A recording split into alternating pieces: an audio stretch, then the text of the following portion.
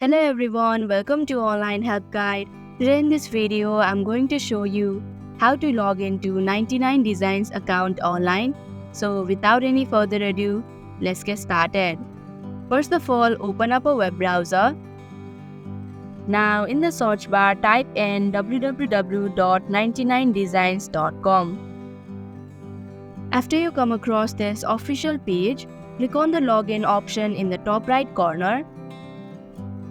Here, if you had used your Google or Facebook or Apple account while creating an account, then you'll have to click on those options respectively in order to log in. Or if you had used your email address, then enter your email address associated with your account and your valid password. If you do not remember your password, then you can click on Forgot Password link. Also, if you do not have an account yet, then you can click on Create Account button.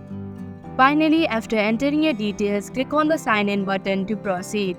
And that is how you can log into 99designs account online. Thank you for watching Online Help Guide. Hope this video was helpful. If it was, then hit the like button and comment down if you have any questions or feedback. Also, if you are new to our channel, subscribe and hit the bell icon so that you don't miss our upcoming videos.